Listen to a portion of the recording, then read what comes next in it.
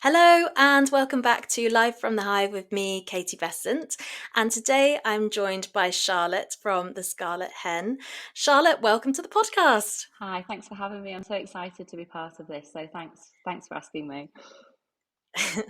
So, Charlotte, tell me all about how the Scarlet Hen started. So it kind of started as a bit of an accident, actually. We've lived in the house that we currently rent out for 21 years. And in 2016, a couple of different things happened, which meant that we could no longer really afford to stay in this large house that we'd lived in and brought the kids up in. Just a couple of different turns of events. So we just thought we're going to have to sell the house. We went down the road of putting it on the market. It was on the front of the Yorkshire Post. It was in the Sunday Times property magazine. We did an open day and we didn't get any traction at all. I think the problem was it's such a large house. It's over 4 floors. It's 21 rooms in total. To give it some kind of scope, there's a building almost identical 3 doors down, and it's in 16 flats. So you get the kind of size and scale of the house. So not many people wanted to buy it as a house. We don't have a huge garden. We're not in a great school catchment area. So obviously, people that would want a house this size would probably have loads of kids. So not having a great school was a minus. The only people that came forward were people that want to turn it into commercial property. And we didn't want that to happen because we'd put it back to one house. Um, and then it kind of went a little bit quiet. So we thought of all sorts of crazy ideas. I thought about doing a raffle, a little bit like is it called a maze, where they kind of do that property giveaway. So you Yeah. could sell raffle tickets, and hopefully, if you sell enough to cover the cost of the house, then you can call a winner. But we looked into that, and legally, it wasn't going to work. So we just stuck with this house, and it was a friend of mine that said to me, "You love Airbnb. You've stayed in loads. Why don't you just try and Airbnb it?" And we said, no, there's no way we can do that. But we didn't really have a choice. So she said, just put it up and see what happens. And instantly we got loads of traction, lots of inquiries, and we got our first booking. And then we started the real hard work of going, how the heck is this going to work? So yeah, that's kind of how it started. It was almost like they always say start before you're ready. And that was definitely what happened. It was like, we're definitely not ready, but we've got a booking. We're going to have to make it happen now. Yeah. Yeah, amazing. So you started out, really having to make this work, and you've chosen to sort of niche in hen parties. Is that always the case? Is that how it started, or is that something that came further down the line? I think it was almost automatic. I think the first booking we had was a family Christmas, and when we got back, there was fingerprints on absolutely everything because they've got loads of little kids. They'd even kind of rub biscuit into all the speaker system, and there was a bin full of nappies, and there was scratches on all the paintwork, and we just thought it's not going to be ideal for families. I mean, we brought our family up here, but for some reason, our kids have never like crayoned on the wall or anything. So it was a bit of an eye opener. And I think the second booking was girls on a hen party, and they just were so positive. They've got a bigger spending power because it's per person, and they're here to celebrate. They've got 12 months to kind of gear up for the event so they can save the money, and we just get really good reviews, and it was just like these are our ideal customers. It took a while to be really confident and turn away some lucrative bookings. Like at Christmas and New Year we get crazy kind of offers to take the house for Christmas, and we just said it's just not our niche, so we don't do it. And that's yeah, we learned the hard way, really. We realized that they were our best guests and they absolutely loved the property, and it was set up perfectly for them. Yeah, amazing. And you're still living in the house that you're renting out, right? Yeah, so that's a little bit of a strange situation. I mean, we've got two kids, they've both gone to university, the last one's just gone. And it was like, we'll just move out and then we get to move back in. Um, and people think that's a bit crazy, but that's just the way we've done it, really. Initially, we used to have a small apartment across the road that we rented. And then during COVID, we had to get rid of that for financial reasons. And so before we got back up and running properly, we thought, let's just do little Airbnbs until we know what's happening. We thought we needed to be close by, which is basically across the road. But we actually were taking small cottages in places like Holmfirth, which is really pretty. It's a renowned tourist destination, and it's only like 6 miles from here. There's another place called Slathwaite, and we're near Hebden Bridge, places like that. And it just was like, this is amazing. We're actually going into a cottage. It's clean. There's a bottle of Prosecco on the table. Somebody's welcoming us. The fire's lit. And it just felt really nice rather than going into our flat across the road. And it just felt like a big downgrade. And uh, once we then got back up and running, we were just like, we're not going to go back into a rented accommodation. We're just going to do it this way. It's a lot of work and it's quite stressful, but it feels like we're having a mini vacation every single weekend rather than downgrading to a little flat. So that's where it came from, really. I love that. That sounds so much fun. And also, you must get loads of ideas from staying in other sort of owners' properties for your own property too. That was the biggest eye opener. Arriving and opening a drawer and it being full of crumbs, and I just thought, oh my gosh, I think our drawers are full of crumbs. I don't want to see crumbs in a drawer.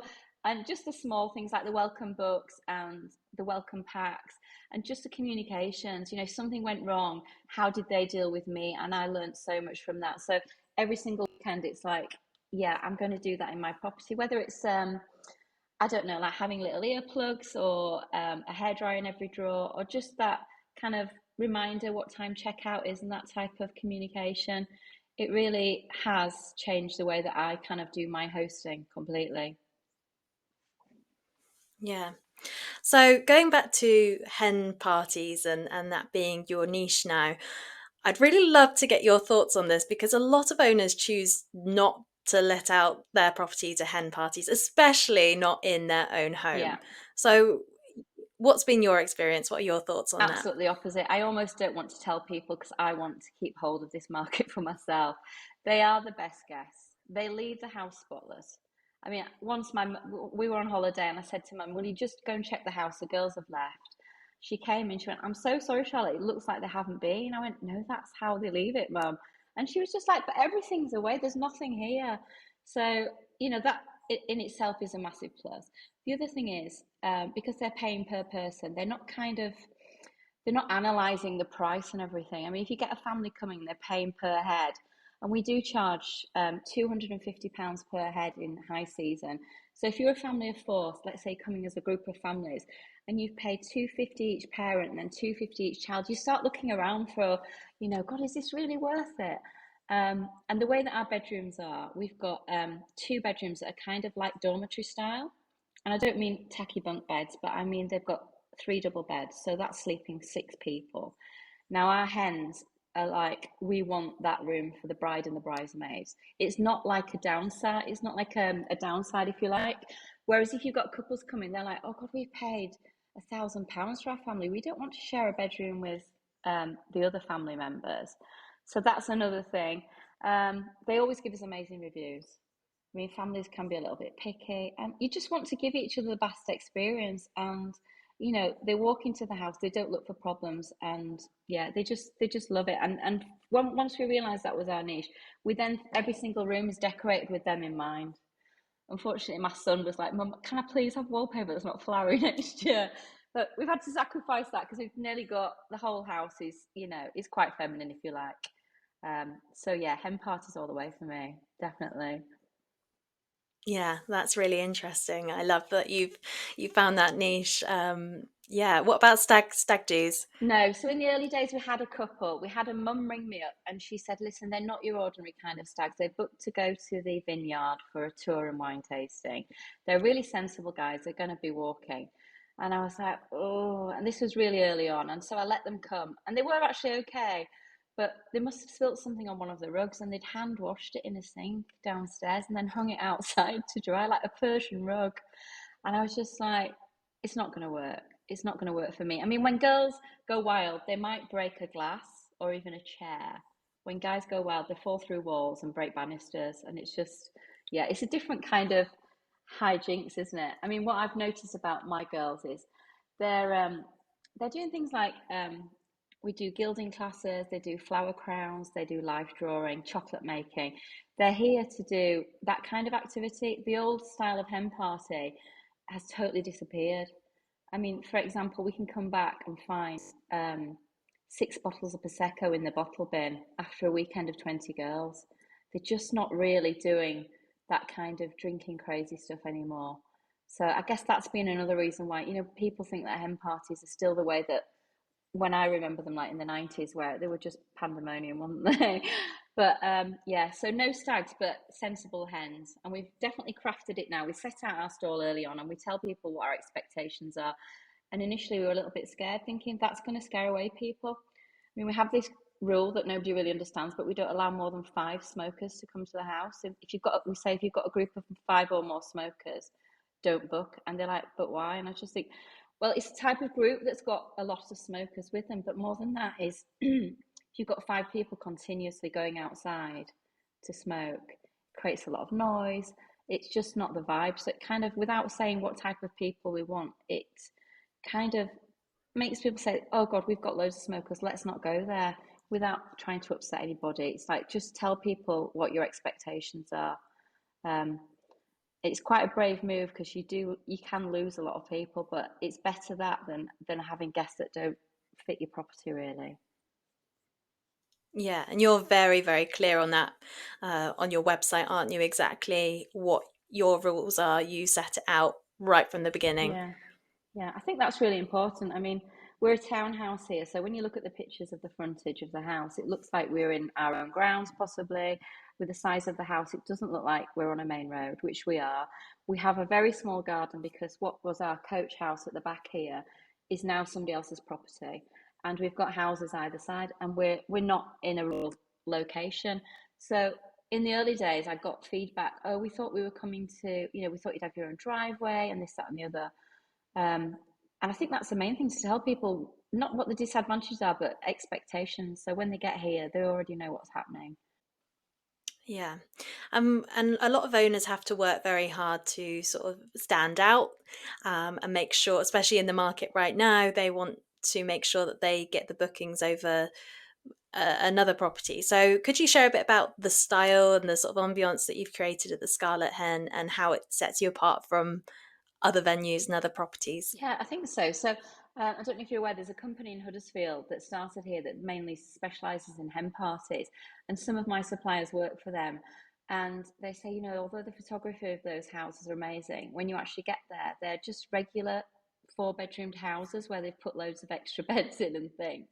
So the difference about this house, it is ginormous. We've got 15 feet high ceilings. The rooms are all 20 by 20 foot, and it's a magnificent property. But more than that, I think it's the decor, the attention to detail. I'm an interior designer, so every single room is perfection, even if I say so myself. We've set up things like decorations, and every single room is with the guest in mind. I mean, some of these other properties, they'll say that they can sleep 16, but they've got a kitchen table that can seat 4 people. So it's really important that you've got a sofa that can sit 20 people. The dining room can suffice that. We also bring in suppliers, so we need to have the spa treatment room that we've got for that. We've also got an indoor hot tub and a chef's kitchen, that type of thing, so that everything that we offer is it's doable here rather than over promising and then under delivering. But I think what I had in mind when I set up the Scarlet Hen was I've travelled quite extensively with my business, stayed in some amazing places, and it was just like, where would I want to stay? And this is it really. And that's what I keep in mind every time I decorate, every time we make changes to the business. It's like, what would I want if I was staying somewhere? Yeah, I always say to my clients, you really need to know exactly who your target guest is, exactly who they are. And quite often they're a version of yourself. So that's really funny that you've just said that. Yeah, I yeah. was exactly the same with my property. It's, yeah, a version of yourself. So you can really have fun with everything that you're offering. So, what can guests expect when they first walk into the Scarlet Hen? And tell me about the sort of features and other amenities that you've got. Yeah, I mean, before they get here, they absolutely know everything. We've been talking for 12 months. That's the difference between a regular booking and something like this. Some people are booking 18 months in advance. So we've built up a rapport with each other. We have an electronic welcome book, so they know all that stuff. They've shared it all on WhatsApp. But when they get here, they get a warm welcome. We always check people in person. There's so many different things to think about with a large property, so it's much easier to just do a quick check-in and just let them know that we're always on the end of the phone. But I think the main thing that happens when they get here, they just say, your photos are amazing, but they just don't do the property justice. And I think the problem is that a lot of these places stretch their photos, don't they? So I don't do that with my photos because I think it looks ridiculous. But they're just like, we knew it was going to be big, but we could never imagine how grand and special it felt. So I think that's the main comment that people get, really. And but yeah, everything's here. Every single thing has been thought of. There's nothing. I mean, I've done it in mind, so because I'm quite conscientious. So if I get a message from a guest during a stay, I kind of panic, think, oh gosh, what's happened? So every time I've had a single question, it's all gone in a welcome book. So nobody has to second guess anything because they don't want to call me and they certainly don't want me to come round and help them fix something or work something out. So yeah, it's all been set up before they get here. Yeah, and you do things like hooks on the walls where they can uh, do their decorations. Obviously, that's something that's quite big with hen parties. So you've really thought of everything. Well, the thing that I learned was the girls used to say, "Oh, can we check in early? We've got a massive balloon garland we want to put up together." And they'd come really flustered and they'd be like, "Oh, we've got to put this balloon garland up." And I just thought, not only is that stressful for them, it's expensive, it's time consuming. And I don't know if you've ever built one yourself, but they look crap unless they've been professionally done. I mean, it takes thousands of balloons to make it look good. So what we do now is we pay a specialist decorator to come in and do a balloon garland for us. Surprisingly enough, they last about 6 months. You wouldn't believe it. So none of that goes in the bin. And then you've got this amazing garland. So they walk in and go, "Oh my God, we were expecting to decorate and everything's here." In the room that I'm in at the moment, we've got a pampas grass cloud and pampas grass table things. Um, we were coming back and finding little bits of bunting up, and it's just like you can't make a dent on this house with a little kind of bunting. So it was just like, we don't want sellotape on our walls, and they don't want to make all this effort and it not look great. So that was the solution, really. But yeah, Yeah, a great win-win for everybody, everyone yeah, involved, isn't yeah, it? exactly. And it looks good on the pictures then, when my girls are standing in front of this beautiful balloon garland, it's like, wow. And then they get here, they don't always realize it's going to be here. And then that's another kind of element of, wow, we didn't expect that. Yeah. So I'm sure running a luxury hen house hasn't come without its challenges. What's been your experience and how have you overcome them? Yeah, I think if I hadn't had to do this, I would have given up. So every step of the way, somebody's trying to stop me. And I guess the main thing that I would probably say was the planning permission and that side of things, dealing with all the authorities, um, was the trickiest. I don't, I'm a creative person, but I don't really like that side of the business. So we were told we didn't need planning permission, and it turned out that the council said that they wanted us to have it, and that went on and on and on. It was extremely costly. So that was something that was really tricky. We had to liaise with the neighbours, and we had to put in place lots of different things that were really tricky. Um, but yeah, so and I think for me, I'm dyslexic, so I struggle with a lot of the admin, and so setting up all the systems was a long process. Luckily, it's all automated now, so with the help of all the different tech stack that I've got, it's just like made my life so much easier. I can wake up in the morning and I've got a booking for 20 guests. I've not even had any contact with them. They've done it all through, but it's taken years to set that up. I didn't even know there was a property management system when I set up. I was doing paper and writing it all out and putting it in a diary. So I guess those are the struggles that started with. I mean, obviously, it's a massive struggle having strangers in your home, but I've totally got used to that now, I think. Yeah. And on the flip side, what's been your some of your proudest moments since opening and getting it all set Yeah, so up? at our worst time, we were looking at losing the house. We were going to have to pull the kids out of the school that they'd been in since they were little. And we didn't really know what was going to happen. My husband, through different things, wasn't well enough to work. And I was teaching, I just finished my teaching degree. And it was just like I had to give up that career, I had to give up my interior design. So I guess for me, the proudest thing was holding on to the house, being able to maintain this beautiful property. The upkeep's immense, as you can imagine. Everything's listed, so we can't do anything that's kind of substandard. Um, and getting the kids to finish their education. I'm now paying for their university education, so that's amazing. And then some of the local recent press we've been in the Sunday Times, and that I don't have a press agent. I don't have any experience of marketing or PR. I got three amazing kind of journalists that came to me purely through my social media marketing. And again, I've not had any training in that. I just do a lot of watching and learning, and just that's how it came really. So I'm pretty proud of that, I think.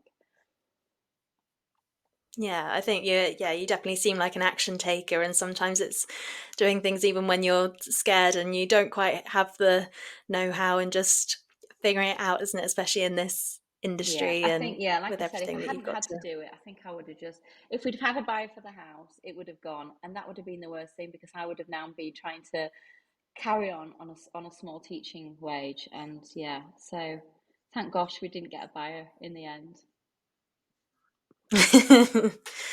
And you've said about your marketing experience, how you're not from this background or anything, but you're already getting bookings for 2026. What's the secret? I think the best marketing tool for me is word of mouth. So I think if you imagine 20 girls are coming here, they're all posting on Instagram about their hen party. They'll get, 400 of their own friends coming and seeing that post and then saying, "Where was that? We booked one somewhere last year, it wasn't great." Um, so I think that's where some of that comes from. And I think it's all about authenticity and trust. If people trust you, and that comes through all the amazing reviews and the word of mouth, then I think that's when you're going to get the bookings that come way in advance.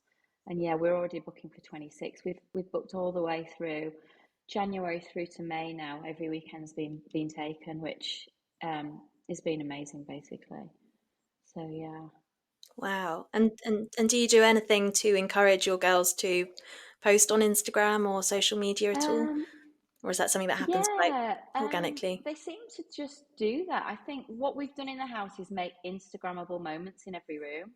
So it's like, just for instance, on the roof terrace, we've got a sign that says no nude sunbathing. It's tongue in cheek, but that's a photo opportunity.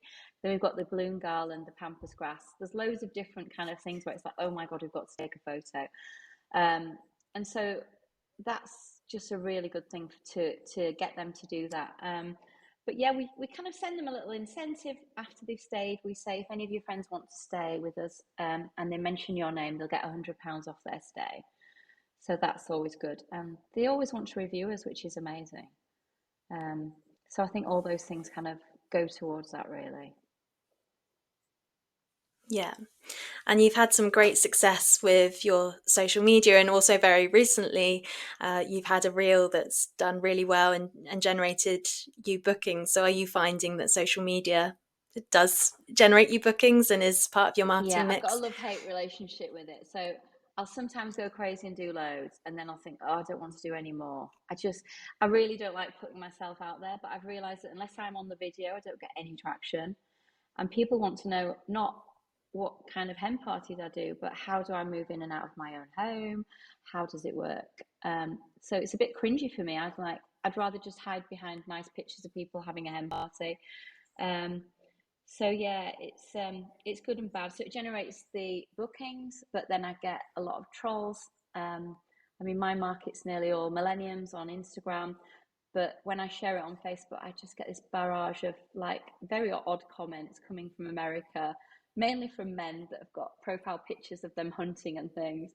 Um, yeah, there's quite a lot of misogyny going on, and there's some vile comments out there, but I think you've got to have a hard skin and maybe not look at them all. But if it can generate me amazing bookings from my ideal guest, then I have to kind of put up with it and just kind of um, not listen to all that noise, really. It's hard not to look. Yeah, yeah, definitely. And is there any advice that you'd give to other owners just getting started on social media to promote their Get yourself on properties? there. People want to know who you are and why you're doing it. They want to know the why. And as much as you don't want to tell people, I don't want to tell people that we're in a financial problem, that we have to move our family out of this house every week, but it's all about authenticity. I mean, if you're just posting pretty pictures, nobody's interested. So yeah, I mean, for me, I do lots of tips about, how to book the perfect hen party because it's a really painful process. So I've just made that really part of what I do. Um, But yeah, just if you're in an area where you've got attractions, I mean, our house is in Huddersfield. It's not really a destination that people would think of. We've got competing with Manchester, Leeds, Bath, Brighton. So I had to kind of work out how I could make this a destination itself. So that's why we added all the activities. So if you're posting on social media, tell people what they can do, not just about the bed and the kitchen and things. You know, do lots of posts about days out and that type of thing. I think that really works. Yeah, it's all about building that like no trust factor, isn't it? So that people do book with you and book Yeah, direct as well. Hopefully, get more money absolutely. that way. Because you're not listed on Well, Airbnb, are I you? am officially listed on there, but I put my price up so we do lots of clever tricks so that we only get direct bookings. I don't know if you know Mark Simpson who does Boostly. Yeah, so I've been on their podcast before, and I learned quite early, like during COVID, I used to listen to podcasts all the time. It was all about don't build your house on somebody else's land, because if they throw you off Airbnb and all your bookings on there, what are you going to do? There's also different stipulations about rules that you can and can't have, and I want to set my own rules. But more than that, I was giving them possibly anything from £500 to £1,000 per booking to Airbnb. So we are on there, but there's so many clues about how to find us, and it's being clever about, you know, people are quite savvy now. If I say I'm the Scarlet Hen presents a Norfolk house in Huddersfield, and then I also add something like if you're booking direct, the check-in is 2 p.m. If you're booking on Airbnb, it's 5 p.m. So they're like, well, how do we find out how to book direct? And although you're not allowed to take them off there, we've got some clever clues. And to be honest, I don't care whether they throw me off because as far as I'm aware, I don't know how many bookings come from there. It's quite rare that somebody will say, I've seen you on Airbnb. They always come to us direct now. And I think that's a success for me, that I'm not reliant on any of those online platforms. So if they go down or they don't let me do it anymore, if the government tells them they're not allowed to do it, then I don't care because I'm not with them really. So yeah. Yeah, your eggs aren't all in one Yeah. basket. You're, yeah, future proofing your Yeah, I've business. seen so many hosts that have got, you know, 2 years worth of bookings, and then they fall out with a host that's actually probably lied about a problem, got a refund. You know, they can say, oh, there was a camera in the bedroom or something, and they'll just suspend your listing, and you've lost contact with all of those people. You know, we get direct bookings, so then we've also got all the data information so we can resell to them if we want to as well. Yeah. You mentioned about, you know, you struggling to get used to the property management systems and setting up some of the systems in your business.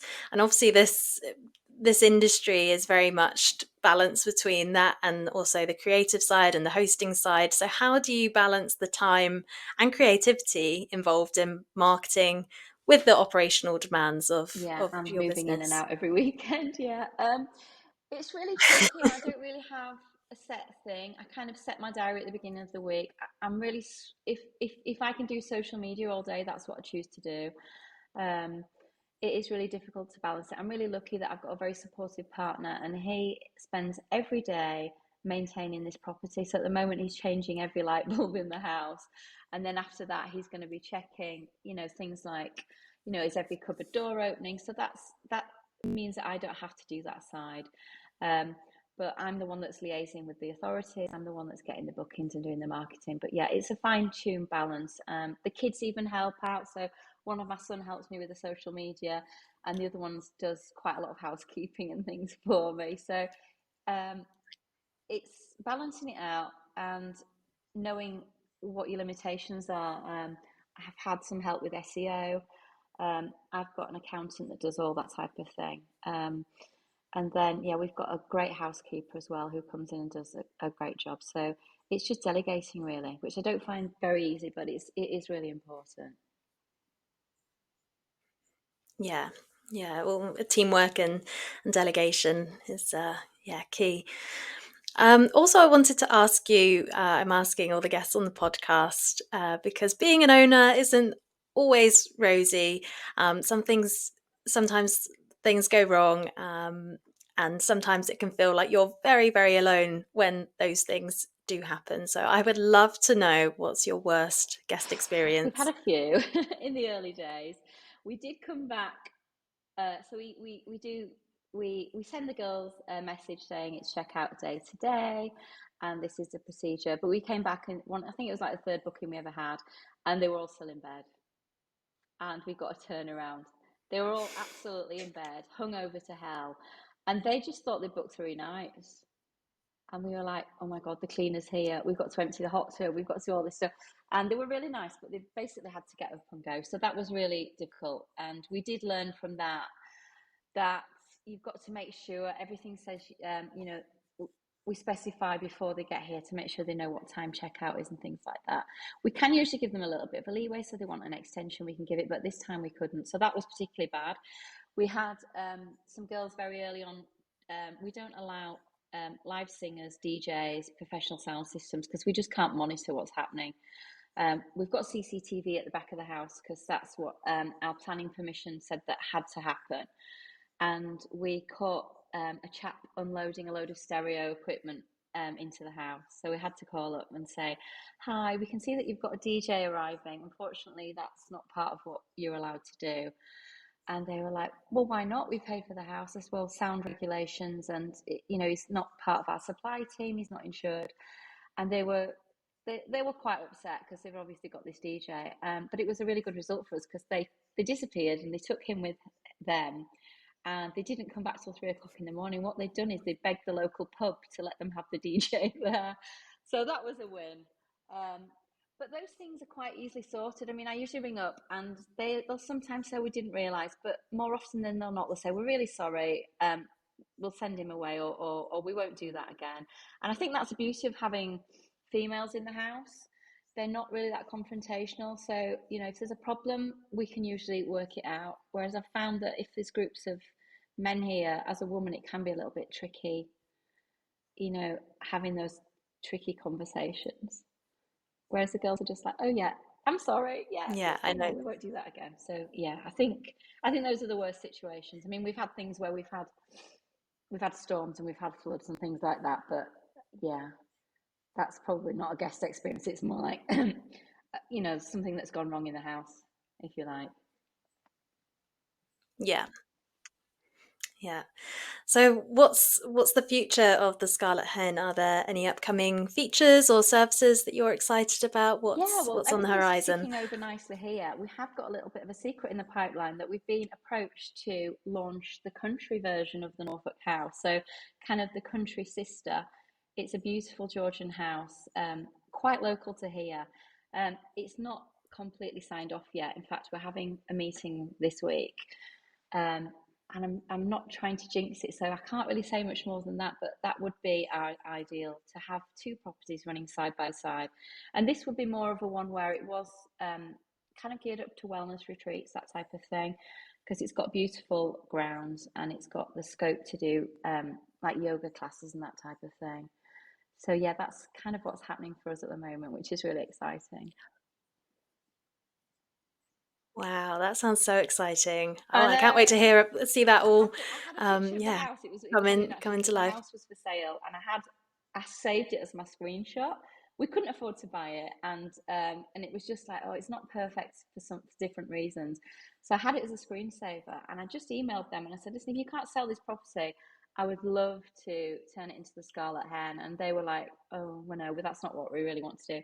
But they've come back now and they've said that is something that we'd like to do. So fingers crossed that works out for us. But that having that thing on your phone, I was like, what's that property you've got on your phone? I was like, oh, it's just like a dream, and now it's come true. So Oh, wow. Yeah, really exciting. And finally, Charlotte, what is one tip that you could give a fellow owner? It doesn't have to be marketing, it can be anything to do with I running think your there's quite a holiday few. I mean, property. I'd get the things like the planning permission. If you're not sure if you do need it or you don't need it, just ring the council. That's all they kept saying to me. Why didn't you just phone us and ask us? So that's one thing. I mean, it's a grey area because you do and you don't need planning permission, but just strike up a relationship with the authorities so that you don't have that horrible kind of worry about what if they knock on the door. So that's one thing. And the other thing that we've already touched on is book direct. There's loads of websites out there. I recommend Cool Stays. It's one of my favorites.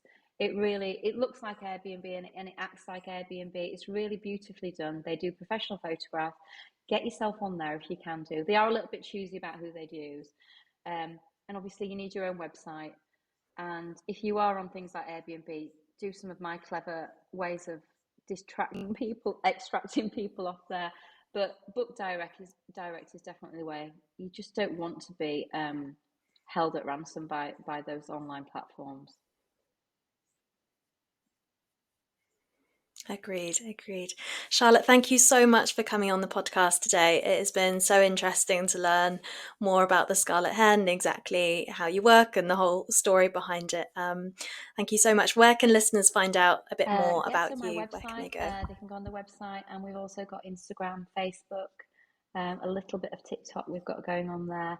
But yeah, I guess on my website's the best place to get in touch and find out a little bit more about what we do here. Perfect. And that will be in the show notes as well for everyone listening. You can see Charlotte's website links Yeah. and social media links there too. Charlotte, thank you again so much. It's been a pleasure.